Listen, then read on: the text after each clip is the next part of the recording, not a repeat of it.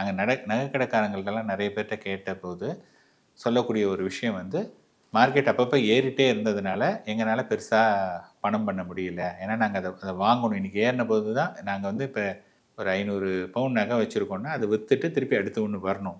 By the time நாங்கள் order கொடுத்து வரும்போதே கொஞ்சம் இதாகிடுது. ஸோ நாங்கள் பெருசாக டெஃபினட்டாக பணம் பண்ணியிருக்கோம், பட் பெருசாக பணம் பண்ணலை அப்படின்னு அவங்க சொல்கிறாங்க.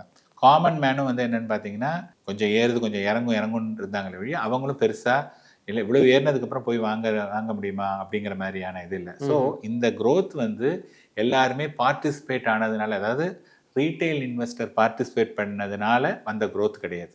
இது வந்து இட்ஸ் அ அவுட்டர் இதில் நடந்த ஒரு விஷயத்தினால தான் மார்க்கெட் இந்த லெவலில் இருக்குது. இது வந்து ஒரு பார்ட்.